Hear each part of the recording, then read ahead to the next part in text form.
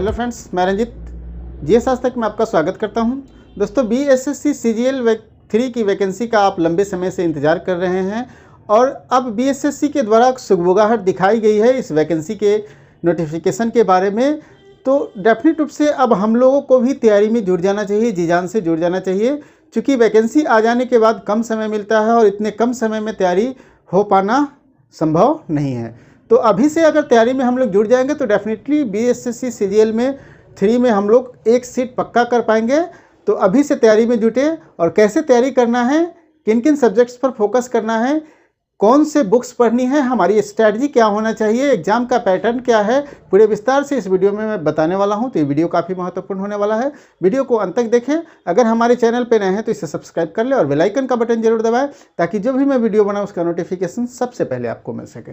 तो दोस्तों, सबसे पहले हम लोग बात कर लेते हैं वैकेंसी के नोटिफिकेशन के बारे में। तो जैसा कि आप लोग को मालूम है कि अभी कुछ दिन पहले न्यूज़पेपर में आया था कि इसकी वैकेंसी का नोटिफिकेशन जो है वो अप्रैल महीने में आ जाएगा। अप्रैल मई में नोटिफिकेशन की बात कही गई है, ठीक है। अप्रैल महीने में या मई महीने में नोटिफिकेशन की बात कही गई है। सीजीएल 2 और 1 में कुछ खामियां रह गई थी, जिसके कारण क्या है कि इस वैकेंसी को आने में काफ़ी विलंब हो गया। जैसा कि आप लोग को मालूम है कि 1905 पदों की अधिसूचना जो है वो बीएसएससी को मिल गई है, ठीक है। 1905 पदों की अधिसूचना मिल गई है और सबसे खुशी की बात है कि 1360 पद जो है वो सेक्रेटारिएट असिस्टेंट का है, ठीक है। सेक्रेटारिएट असिस्टेंट, जिसको अब एएसओ कहते हैं, एएसओ अब कहा जाता है, असिस्टेंट सेक्रेटारिएट ऑफिसर्स कहे जाते हैं। तो ये 1360 पद जो है वो काफ़ी प्रीमियम पद माने जाते हैं। बीएसएससी के अंतर्गत ये सबसे अच्छा पद माना जाता है और इसी की वैकेंसी सबसे ज़्यादा है और 1360 पद है। तो अगर आप चाहते हैं कि एक पद सुनिश्चित हो मेरा, तो डेफिनेट रूप से अभी से आपको तैयारी में जी जान से लग जाना चाहिए। तो इसका नोटिफिकेशन आप लोग समझ गए कि कब आने वाला है। लगभग पदों की संख्या ये बढ़ भी सकती है। 1905 का तो अभी तक अधिसूचना मिल गई है, ये पदों की संख्या बढ़ भी सकती है, क्योंकि लगभग 6-7 ऐसे डिपार्टमेंट्स हैं जहां से अधिसूचना अभी आना बाकी है। तो इस पदों की संख्या में वृद्धि हो सकती है। अब हम लोग बात कर लेते हैं कि बीएसएससी के द्वारा जो भी एग्ज़ाम लिए जाते हैं सीजीएल के अंतर्गत, उसके लिए एज लिमिट्स क्या होगा, एग्ज़ाम पैटर्न्स क्या होगा, इसके बारे में मैं पिछले वीडियो में डिस्कस किया हूं। अगर आपने उस वीडियो को नहीं देखा है तो डेफिनेट रूप से देखिए, उसमें पूरे eligibility, age limit, exam pattern, syllabus को पूरे विस्तार से चर्चा किया गया है। आज मैं थोड़ा सा यहाँ झलक आप लोग को बताने वाला हूँ, ठीक है। साथ साथ सचिवालय सहायक जो 1360 पद आ रहे हैं, सचिवालय सहायक के जो जॉब प्रोफाइल है उसके बारे में भी मैंने विस्तार से बताया है एक वीडियो में। उस वीडियो को भी आप देखेंगे तो सचिवालय सहायक के जॉब प्रोफाइल को समझने में काफ़ी आसानी होगी। जहाँ तक बात है एग्जाम पैटर्न की, तो एग्जाम जो है वो पीटी, मेंस और डॉक्यूमेंट वेरिफिकेशन, ठीक है। मेनली एग्जाम आपका पीटी और मेंस ही होता है, उसके बाद आपको डॉक्यूमेंट वेरिफिकेशन के लिए बुलाया जाता है।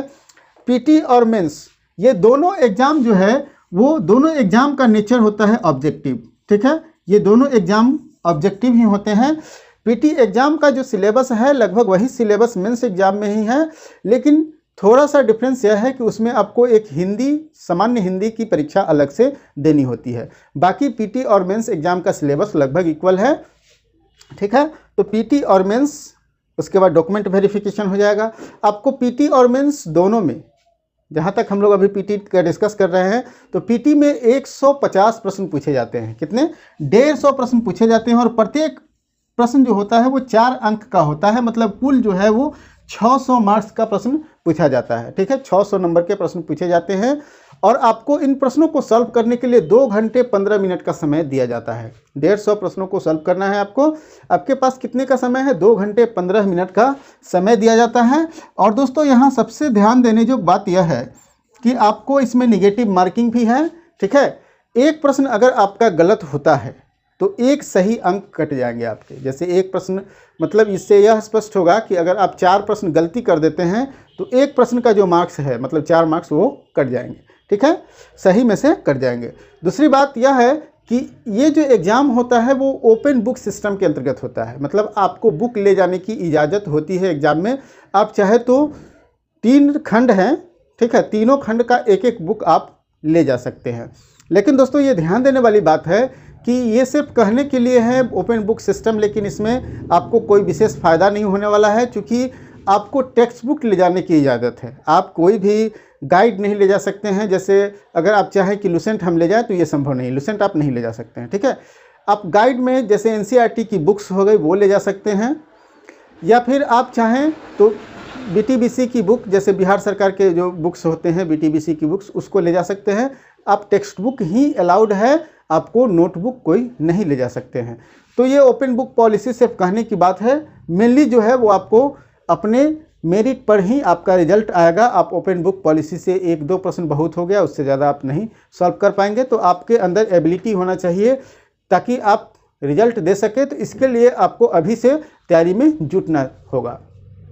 तैयारी में कैसे जुटेंगे, तो जहाँ तक थोड़ा सा सिलेबस का झलक देख लेते हैं हम लोग, सिलेबस की बात कर लेते हैं। तो सामान्य अध्ययन से आपके 50 प्रश्न पूछे जाते हैं, और सामान्य अध्ययन का जो सिलेबस है जीके जीएस आप समझ सकते हैं, उसमें आपको आपके पड़ोसी देश जो हैं उनसे संबंधित प्रश्न भी आते हैं, ठीक है।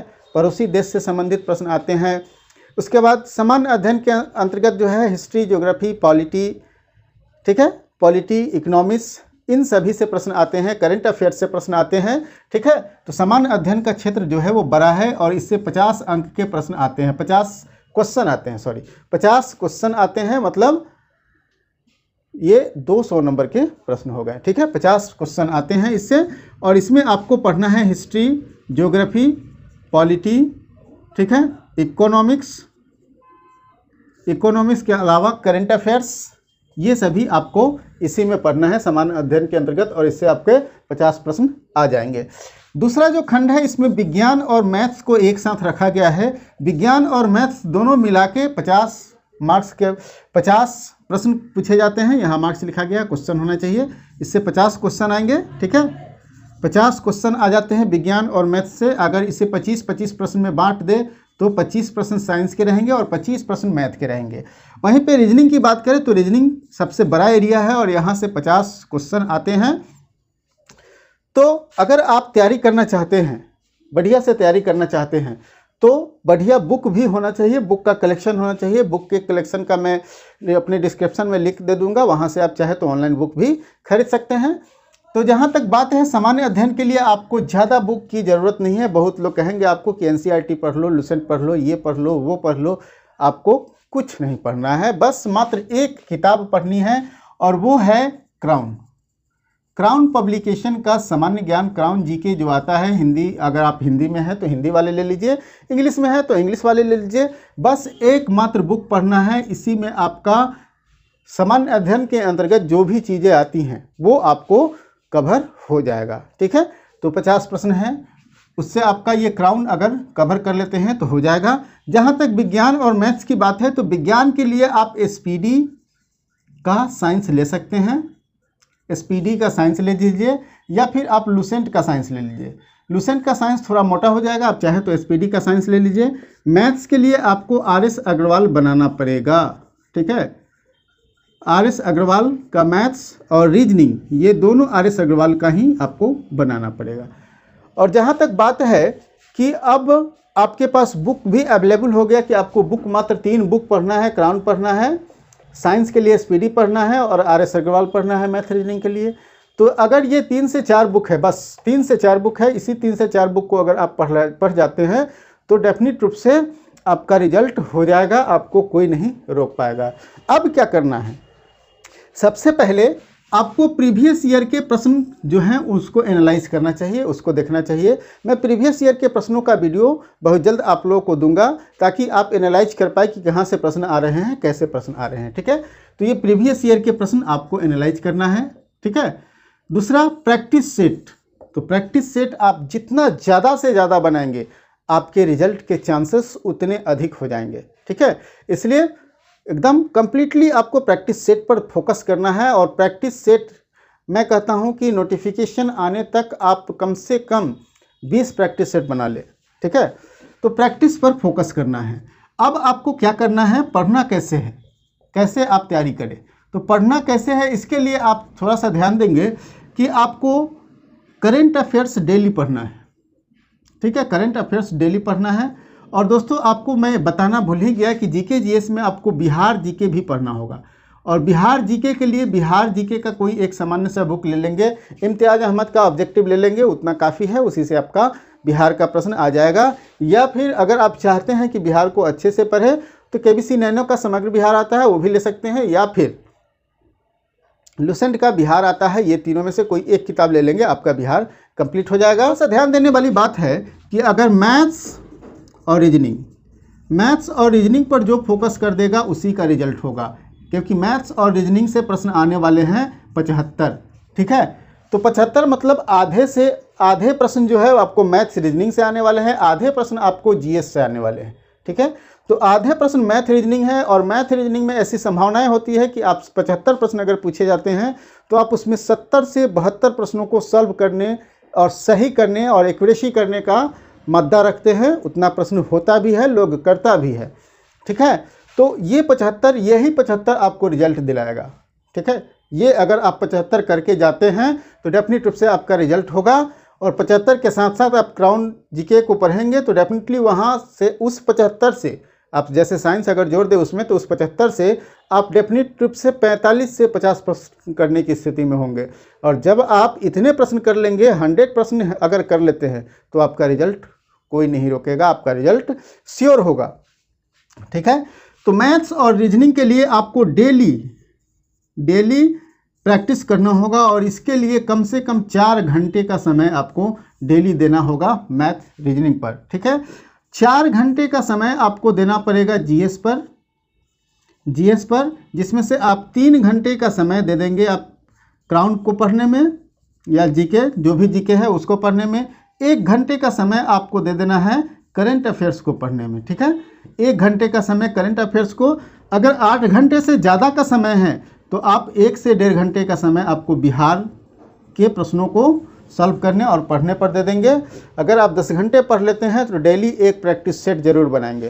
किसी भी समय डेली नहीं हो सके तो सप्ताह में 3 प्रैक्टिस सेट तो डेफिनेट रूप से बनाएंगे, तभी जाके आपका रिजल्ट श्योर हो पाएगा। तो आपको 4 घंटे मैथ रीजनिंग, 4 घंटे जीके जीएस, उसी में आपको बांट लेना है कि कब हमको क्या पढ़ना है। ठीक है, 8 घंटे का समय है तो डेफिनेट रूप से आप 8 घंटे दें। बहुत सारे लोग हैं कि पहले से ही एसएससी वगैरह की तैयारी करते हैं, तो उनका तैयारी लगभग एक लेवल का होता है, तो वो अपने अनुसार से अपना रूटीन सेट कर लेंगे, लेकिन प्रैक्टिस ज़्यादा से ज़्यादा करेंगे। आपका प्रैक्टिस ही रिजल्ट दिलाएगा। ठीक है, प्रैक्टिस ही आपका रिजल्ट दिलाएगा, और प्रैक्टिस जितना करेंगे, प्रैक्टिस मैथ और रीजनिंग का जितना करेंगे, मैथ और रीजनिंग के एक्यूरेसी की संभावनाएं उतनी अधिक होती चली जाएगी। इसलिए प्रैक्टिस ज़्यादा से ज़्यादा करें, प्रैक्टिस सेट को डेफिनेट रूप से बनाएं, और एग्ज़ाम होने तक लगभग 50 से 60 प्रैक्टिस सेट को सॉल्व करने का मतलब 50-60 प्रैक्टिस सेट आपको बना लेना है। ठीक है, तो अगर इतने कर लेते हैं तो आपका रिजल्ट श्योर होगा, आपको बीएसएससी होने से कोई नहीं रोक पाएगा। तो आज से ही तैयारी कीजिए।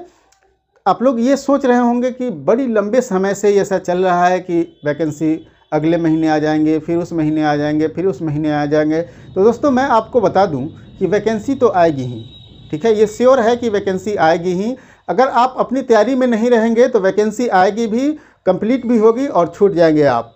ठीक है, आपका सिलेक्शन नहीं हो पाएगा। इसलिए वैकेंसी का इंतज़ार ना करें, आप अपनी तैयारी पर फोकस करें। वैकेंसी आएगी तो डेफिनेट रूप से आपका सिलेक्शन होगा, अगर तैयार आप रहेंगे तब। अगर तैयार नहीं रहेंगे, आप रिजल्ट वैकेंसी का इंतज़ार कर रहे होंगे, अगर आप वैकेंसी का इंतज़ार कर रहे होंगे तो पता चलेगा कि वैकेंसी आई, फॉर्म भी भरा, ठीक है, और तैयारी बेहतर नहीं होने के कारण आपका पीटी ही नहीं हुआ, और आप फिर वहीं पे रह जाएंगे जहां आपने सोच रहा था कि आप अब तैयारी करेंगे। तो वो अब कब नहीं आएगा। ठीक है, तो अब कभी नहीं आएगा। इस बात को फोकस करें और तैयारी करें कि अभी से हमको करना है तैयारी, अभी से अपनी सारी तैयारी को शुरू कर देना है। अभी से अगर आप सपोज कीजिए कि आप कम से कम मैथ और रीजनिंग अभी से शुरू कर ही दीजिए। ठीक है, जब रिजल्ट आ जाएगा आप जीके जीएस पढ़ना शुरू करेंगे, लेकिन मैथ और रीजनिंग जो है वो कम समय में नहीं होगा, क्योंकि मैथ और रीजनिंग जो है वो प्रैक्टिस की चीज़ होती है। आप जितना अधिक प्रैक्टिस करेंगे उतना ज़्यादा आपकी एक्यूरेसी होने के चांसेस होंगे। तो जितना ज़्यादा आप उसको प्रैक्टिस करेंगे, जितना ज़्यादा बनाएंगे, उसके उतना ज़्यादा संभावनाएं आपके रिजल्ट की है। हाँ, जहाँ तक हमारी बात है तो मैं आपके तैयारी के लिए मैथ्स का क्लास भी शुरू कर दिया हूँ और 2 वीडियो मैथ्स का मैंने अपलोड कर दिया है। साथ साथ जीके जीएस का भी वीडियो तो रेगुलर बेसिस पे अपलोड हो ही रहे हैं और समय समय पर मैं आपको गाइडलाइन भी देता रहता हूँ ताकि आप अपनी तैयारी में भटके नहीं, आप अपनी तैयारी को जारी रखें। ठीक है, जहाँ तक बात है तैयारी का तो तैयारी अभी से शुरू करें, इंतज़ार ना करें, आपका रिजल्ट श्योर होगा। दोस्तों, हमें पूरी उम्मीद है कि ये वीडियो आपको पसंद आया होगा। वीडियो पसंद आया हो तो लाइक कीजिए और दोस्तों के साथ भी शेयर कीजिए ताकि उन्हें भी इस वीडियो का लाभ मिले।